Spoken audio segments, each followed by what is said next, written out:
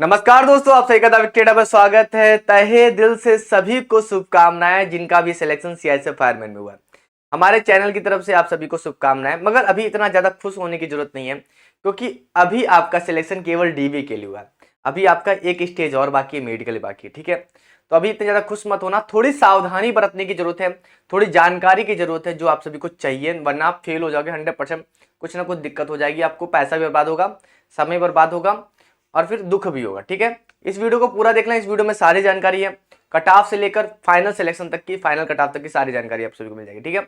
कोई और वीडियो देखने की जरूरत नहीं पड़ेगी। वीडियो अच्छी लगी वीडियो को लाइक करना, चैनल को सब्सक्राइब करके टेलीग्राम से जुड़ जाना, इंस्टाग्राम पे मुझे फॉलो कर सकते हो, सभी का लिंक मैंने डिस्क्रिप्शन बॉक्स में दे दिया, और चैनल को सब्सक्राइब तो जरूर कर दें। चलते हैं वीडियो को स्टार्ट करते हैं।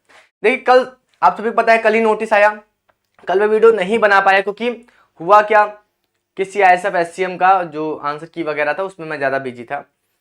तो अभी सीआईएसएफ फायरमैन का आ चुका है। अब बच्चों का सवाल यह है कि बहुत सारे बच्चे क्वालिफाई कर गए, बहुत सारे बच्चे, हर किसी से पूछा जाए मेरा रिजल्ट आ गया सीआईएसएफ फायरमैन, मेरा आ गया, मेरा आ गया, काफी बच्चों को मैसेज आने लगे। तो फिर मैंने पता किया कि ऐसा क्यों है, कि सभी बच्चे कैसे पास होंगे। पोस्ट तो ज्यादा है नहीं, पोस्ट तो 1149 है केवल। अब देखिए इनके नोटिस में लिखा क्या है, पहले आप नोटिस को देख लीजिए। यहां लिखा है, अगर आप ये नोटिस यहां से छोड़ दो, काम यहाँ काम से यहाँ का लिखा, the candidate who have scored minimum qualifying mark. Minimum qualifying mark है कितना, वही 35%, 30% है, यानी कि 100 का 35 नंबर। तो जिसके भी 35 नंबर से ऊपर थे, या 30 नंबर जो एसएसटी के लिए होंगे उससे ऊपर थे, उसका सिलेक्शन हो गया डीवी के लिए। किस स्टेज के लिए हुआ, यहां लिखा है minimum qualifying mark in the computer based written examination, यानी कि जो आपका ऑनलाइन एग्जामिनेशन हुआ था। For the next recruitment stage document verification, admit card for the document verification will be issued shortly. मतलब एडमिट कार्ड भी आप सभी का एक दो दिन में, मंडे अंडे या फिर आज ही शाम तक के आ ही जाएगा, ठीक, कोई टेंशन लेने वाली बात नहीं है। मगर यहाँ पर कुछ सारी बातें आप सभी को जानने की जरूरत है, जो शायद ही आप सभी को पता हो, या फिर हो सकता है पता ही हो। सबसे पहली बात, यहाँ जो वैकेंसी आती है वो ऑल इंडिया वैकेंसी नहीं है, वो स्टेट वाइज है। जैसे कि मान लीजिए आप अंडमान निकोबार के हो तो वहां कोई सीट नहीं है। अगर आंध्र प्रदेश के हो तो यहाँ पर इंटायर स्टेट अलग है, नक्सल एरिया अलग है। तो यहाँ पर जो कट ऑफ बनती है वो कट ऑफ क्या होती है, स्टेट वाइज होती है। जैसे एसएससी जीडी कट ऑफ बनती है, आपने देखा होगा किसी किसी स्टेट की कट ऑफ कम चली जाती है, किसी किसी स्टेट की कट ऑफ ज्यादा चली जाती है। तो ये पहले मैं आप सभी को बता दूं कि अगर कोई आप सभी को कट ऑफ दिखाता है प्रीवियस ईयर, तो ऐसी कोई कट ऑफ ही नहीं आती है। यहाँ पर डायरेक्टली क्या आती है, लिस्ट आती है, लिस्ट आती है उनके स्टेट वाइज। और लिस्ट दो तरह से बनती है, एक बनती है इंटायर स्टेट, यानी कि पूरा स्टेट। जैसे मान लीजिए कोई यहाँ पर आंध्र प्रदेश का है तो आंध्र प्रदेश की पूरा स्टेट का बनेगा। एक आंध्र प्रदेश में जो नक्सलाइट एरिया उन्होंने चूज किए हों उस एरिया का बनेगा, उस डिस्ट्रिक्ट का बनेगा, ठीक है, उसके हिसाब से। अब उसके हिसाब से जो सीट है, फाइनल सिलेक्शन उतने बच्चों का ही होना है। मगर इस बार उन्होंने क्या किया कि जो भी जिन्होंने भी मिनिमम क्वालिफाइंग नंबर पास किए, यानी कि 35%, 30% जो भी पास किए, उनको सभी को डीवी के लिए बुलाया। अब डीवी के लिए क्यों बुलाया गया ये भी आप जान लो, उसके पीछे भी एक रीजन है। तो ये सारी वैकेंसी जो है इसी आधार पे, और फाइनल जो बुलाया जाएगा मेडिकल के लिए वो केवल इतने ही बच्चों को बुलाया जाएगा, भी आप देखना, ठीक है। अब पिछली बार क्या हुआ था, पिछली बार ये हुआ था कि जो आपका डीवी था वो रिटन एग्जामिनेशन से पहले हो गया था, यानी कि पीएचटी पीईटी और डीवी एक साथ हो गया था, रिटन एग्जामिनेशन बाद में हुआ था जब 2017-18 वाली वैकेंसी थी। और इस बार क्या किया गया है, पीएचटी पीईटी अलग किया गया, फिर रिटन एग्जामिनेशन किया गया, अब डीवी और मेडिकल कराएंगे। तो डीवी के लिए बुलाया जा रहा है। अब इनको पता क्या है, देखिए सबसे मेन बात कि डीवी और मेडिकल अलग अलग क्यों हो रहे हैं।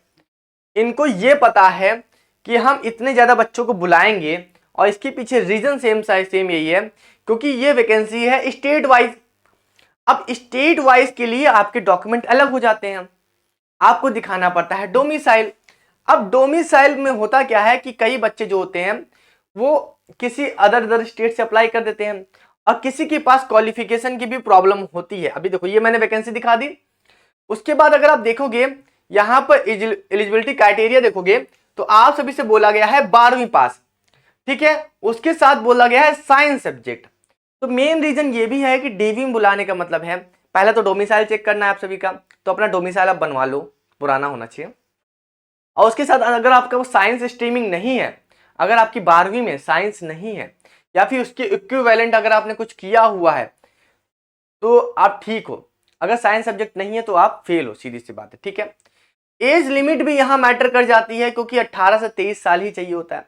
एज में रिलैक्सेशन तब मिलेगा आप सभी को जब अपना आप कास्ट सर्टिफिकेट दिखा पाओगे, तो कास्ट सर्टिफिकेट भी बनवा लेना, ठीक है। ये सारी चीज दो, मतलब कि फेल होने के लिए डीवी को अलग किया जा रहा है, मेडिकल को अलग किया जा रहा है, ठीक है।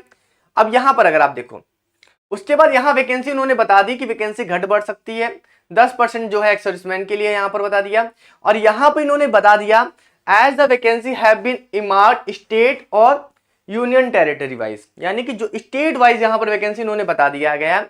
और required to submit original domicile या परमानेंट रेसिडेंटल सर्टिफिकेट, यानी कि डोमिसाइल सर्टिफिकेट, नेटिव सर्टिफिकेट, निवास प्रमाण पत्र आप सभी को जरूरत पड़ेगी ही। अगर नहीं है तो आप फेल होने वाले हो आप सभी, ठीक है, क्योंकि उसके बिना यहाँ पर फेल हो जाओगे।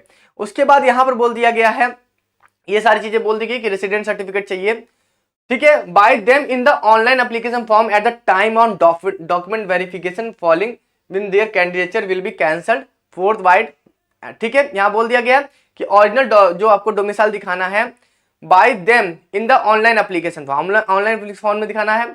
यहाँ पर बोला है they will not allowed to appear in the detail medical examination if candidate produce, ठीक है, अगर वो अपना डोमिसाइल नहीं दिखाते तो अब डिटेल मेडिकल एग्जामिनेशन में नहीं बैठ पाएंगे। तो मेन रीजन यही है इतने बच्चों क्वालिफाई करने का, क्योंकि उनको पता है कि इतने बच्चे फेल होंगे ही, ठीक है। बोला if a candidate produce domicile permanent resident certificate issued by A state other than the state pension, यानी कि मान लीजिए अगर आप यूपी के हो, आप यूपी का डोमिसाइल दिखा रहे हो, अगर आपने वैकेंसी फिल की है किसी और स्टेट से, तो मेरे भाई आप सभी दिक्कत में आ जाओगे, फेल हो जाओगे, ठीक है, सीधी सी बात है। यहाँ लिखा ये बोल दिया यहाँ पर he shall not be allowed to change their state, state change नहीं कर सकते, ठीक है। His candidate shall be cancelled, cancel कर दिया जाएगा आपका कैंडिडेट, ठीक है। ये सारी चीजें आप समझ गए। उसके बाद बोल दिया है कि रिजर्वेशन अगर आपको चाहिए SC ST OBC EWS, तो उसका सर्टिफिकेट आप सभी को दिखाना पड़ेगा, ठीक है। ये सारी चीजें हो गई। उसके बाद अगर आप यहाँ देखोगे तो यहाँ पर उन्होंने बता दिया कि सारी वैकेंसी के हिसाब से है मेरे भाई, और आप सभी को अपना डॉक्यूमेंट वगैरह सबको दिखाना पड़ेगा, ठीक है। ये सारी चीजें हो गई यहाँ पर, और यहाँ से मैं बता दूँ, ठीक है। हाँ, यहाँ पर बता दिया कि किस तरह के डॉक्यूमेंट आप सभी को चाहिए, प्रोसेस डॉक्यूमेंट कैसे कैसे होने चाहिए। अगर आपको एज रिलेक्सेशन चाहिए तो आपको SC ST OBC ये सब दिखाना पड़ेगा, जो भी आपकी कैटेगरी है, ठीक है। उसके साथ ही आप सबको डोमिसाइल दिखाना पड़ेगा। अगर आप किसी और अदर स्टेट से हो तो आप सभी बोला है ना, caste certificate issued from the other than domicile state of the candidate will not be consider, यानी कि कास्ट सर्टिफिकेट अगर आपका किसी और स्टेट का है और डोमिसाइल किसी और स्टेट का है, तब भी आपको फेल कर दिया जाएगा। यहाँ लिखा हुआ है caste certificate issued from the other than domicile certificate, domicile state, यानी कि जहां पर अगर मान लीजिए यूपी के हो, यूपी का डोमिसाइल है और कास्ट सर्टिफिकेट किसी और स्टेट का बनवा रखा है, तब भी फेल हो जाओगे, ठीक है। Both caste and domicile certificate should be issued by the same state. यहां पर मेन प्रॉब्लम यहीं पर आ जाती है मेरे भाई, क्योंकि बच्चों को समझ में नहीं आता कि क्या करना है, वो फॉर्म भर देते हैं ऐसे, ठीक है। ये सारी बता दी SST के लिए, ठीक है। और यहाँ ठीक है, इतना हो गया, ये अपना डॉक्यूमेंट के लिए हो गया, ठीक है। मेन डॉक्यूमेंट आप सभी का क्या है, डोमिसाइल सर्टिफिकेट और कास्ट सर्टिफिकेट, अगर ये नहीं, और तीसरा आप सभी का एजुकेशन सर्टिफिकेट, यानी कि 12वीं आप सभी का किससे होना चाहिए, साइंस होना चाहिए, वरना फेल, ठीक है।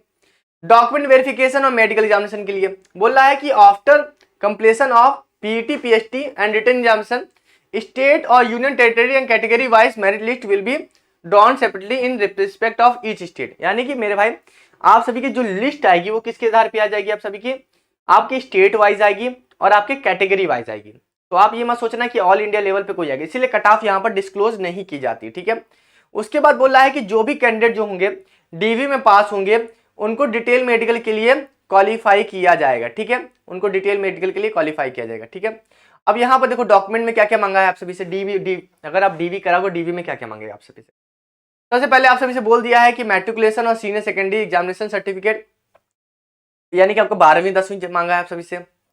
डोमिसाइल सर्टिफिकेट यानी कि permanent residence certificate, discharge certificate अगर आप एक्स सर्विसमैन हो, कास्ट सर्टिफिकेट, जो भी फॉर्मेट होना चाहिए, यानी कास्ट सर्टिफिकेट आप सभी का आपके स्टेट को रिप्रेजेंट करना चाहिए, ठीक है। फॉर्मेट यहाँ पर दे दिया है आप सभी को, यहाँ पर एनेक्सर वगैरह मैं नोटिफिकेशन डाल दूंगा, वहां से देख लेना, ठीक है।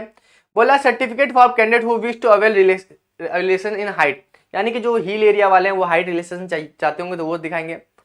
बोला certificate for district collector district magistrate in respect of dependent applicant of right, यानी कि जो दंगे वगैरह के वाले हैं वो अपना दिखा देंगे, वो उसको दिक्कत नहीं है, ठीक है। बोला है nativity identity certificate of West Pakistan, Pakistan वालों के लिए है जो पाकिस्तान से रिफ्यूजी होके यहाँ पर आते हैं, ठीक है, उनके लिए सारा डॉक्यूमेंट हो गया, ये सारी चीजें होंगी, ठीक है। अब देखो यहाँ पर, अब देखो मैंने आपसे को बताया था मूड ऑफ सिलेक्शन क्या है। मूड ऑफ सिलेक्शन में अगर आप देखोगे तो उन्होंने बता दिया कि फिजिकल इफिशिएंसी टेस्ट होगा, रनिंग वगैरह होगी, हाइट वगैरह होगा, उसके बाद रिटन एग्जामिनेशन होगा, उसके बाद डॉक्यूमेंट वेरिफिकेशन होगा, फिर मेडिकल एग्जामिनेशन होगा। यानी कि आपका रिटन एग्जामिनेशन के बाद मेडिकल डीवी होने वाला। डीवी में इसीलिए फेल होते हैं। अगर क्वालिफिकेशन मार्क्स की बात करें तो यूआर, ईडब्ल्यूएस और एक्स सर्विसमैन के लिए 35% चाहिए और SC ST ओबीसी के लिए 33% चाहिए। इसीलिए इतने बच्चों को पास कर दिया गया है मेरे पास। 100 में जितने 100 में 33 नंबर पाए होंगे ओबीसी वाले तो पास है, यूआर वाले अगर 35 पाए होंगे तो पास है, ठीक है। बोला है कि the qualifying marks mean that person scoring less than the, यानी कि बोला जो ये आप सभी का है, अगर इससे कम आते तो आप फेल हो, भले सीट खाली चली जाए कोई दिक्कत नहीं, मगर इससे कम पाते तो फेल हो आप सभी, ठीक है। अब यहाँ पर मेरिट लिस्ट के बारे में उन्होंने बता दिया कि जब आप सभी का सब कुछ कंप्लीट हो जाएगा, यानी कि पीएचटी, पीईटी, रिटर्न एग्जामिनेशन, ठीक है, तो एक state wise category wise list आएगी। लिस्ट नेम नहीं, यहाँ पर कहीं पर भी ऐसा नहीं बोला गया है कि मेरिट लिस्ट आएगी नंबर के आधार पर। यहाँ पर उन्होंने बोल दिया मेरिट लिस्ट नेमली अनरिजर्व, SC ST OBC और EWS फेल, ठीक है। इस तरह से आप सभी की एक मेरिट लिस्ट आएगी, ठीक है। बोला स्टेट और union territories based on performance of candidate in the written examination and the number of vacancy allotted to the union state, यानी कि जो भी आप सभी की मेरिट आएगी वो आप सभी के नाम के हिसाब से आएगी, आपके नाम और रोल नंबर, कहीं पर भी आप सभी का नंबर शो नहीं किया जाएगा। टाई केस अगर हो जाता है तो बात अलग है यहाँ पर, ठीक है। ये सारी चीजें हो गई, ठीक है। यहाँ मेडिकल एग्जामिनेशन की बात कर ले तो अगर आप डीवी में अगर पास हो जाते हो तो अगर आपका लक अच्छा है, अगर आप डीवी में पास हो जाते हो, आपके पास सारे डॉक्यूमेंट है, तो आपके पास कहीं ना कहीं चांस बनता है कि आप फाइनल सिलेक्शन ले सकते हो, क्योंकि फाइनल सिलेक्शन उतने बच्चों को होने वाला है जितनी सीट है। यानी कि मेडिकल के लिए उन्होंने यहाँ पर बोल दिया है, बोला the candidate equal to the number of vacancy, यानी कि जितनी वैकेंसी है उतने ही बच्चों को बुलाया जाएगा आप सभी के मेडिकल के लिए। यहाँ लिखा है the candidate equal to the number of vacancy allotted to the state और यूनियन टेरिटरी इस category will be called for detail medical examination, यानी कि DME, यानी कि मेडिकल एग्जामिनेशन के लिए जितनी वैकेंसी उतने बच्चों को बुलाया जाएगा। तो आप समझ सकते हो कि मेडिकल में तो फेल होने ही वाले हैं वैसे बच्चे, तो आपके पास चांस है कहीं ना कहीं, अगर आप डीवी पास हो जाते तो मौका मिल जाएगा आप सभी को, क्योंकि डीवी में फेल होना ही है, डेफिनेटली फेल होना है, ठीक है। The selected candidate will be medically examined by the medical board, medical board से एग्जाम गए, access their physical and medical fitness, the medical examination of the candidate will be conducted in term of unified guidelines वगैरह CAPF जो SSC GD जैसा medical होता है वैसा ही होगा, ठीक है, सिंपल, ठीक है। तो मेरे भाई आप सभी समझ गए होंगे कि यहाँ पर सबसे इंपॉर्टेंट चीज क्या है। सबसे इंपॉर्टेंट चीज है आप सभी का डोमिसाइल सर्टिफिकेट और 12वीं में साइंस स्ट्रीमिंग। अगर आपके साइंस सब्जेक्ट नहीं है, जैसे फिजिक्स, केमिस्ट्री, मैथमेटिक्स, PCM जिसे कहते हैं, तो आप डिस्क्वालीफाई हो जाओगे डीवी में। इसीलिए डीवी में सबसे ज़्यादा बुलाया जाता है, क्योंकि उनको पता है कि ये वैकेंसी ऑल इंडिया है नहीं, स्टेट वाइज है। बच्चे कहीं ना कहीं से भर दिए होंगे, कुछ ना कुछ करके कर दिए होंगे, जहाँ वैकेंसी ज़्यादा होगी वहाँ चले गए होंगे, पता नहीं होगा कुछ भी कि डोमिसाइल सर्टिफिकेट दिखाना है।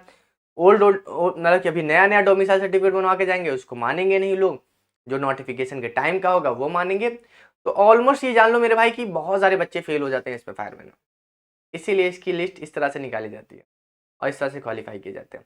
तो फाइनल कट ऑफ जो होगी वो हाई ही रहने वाली है आपके स्टेट वाइज, और फाइनल कट ऑफ किसी को बताया भी नहीं जाएगा, वो केवल और केवल आपको पता होगी, वो कि आपका सिलेक्शन उतने नंबर पे होगा। बाकी मैं तो बता दूंगा कि इतने नंबर पे इस बच्चे का सिलेक्शन हुआ, उतने नंबर, वो तो मैं बता दूंगा आप सभी को फाइनल कट ऑफ। मैं फाइनल कट ऑफ अभी जज कर पाना बहुत मुश्किल है, क्योंकि कितने बच्चे फेल होंगे कितने बच्चे पास होंगे कुछ कह नहीं सकते, ठीक है। और स्टेट वाइज बनेगी, कहीं की कब कम जा सकती है, कहीं पर ज़्यादा जा सकती है, वो डिपेंड करता है कितने बच्चे पास होते हैं। चलिए फिर अभी के लिए चलते मिलते हैं नेक्स्ट वीडियो में। Thank you so much.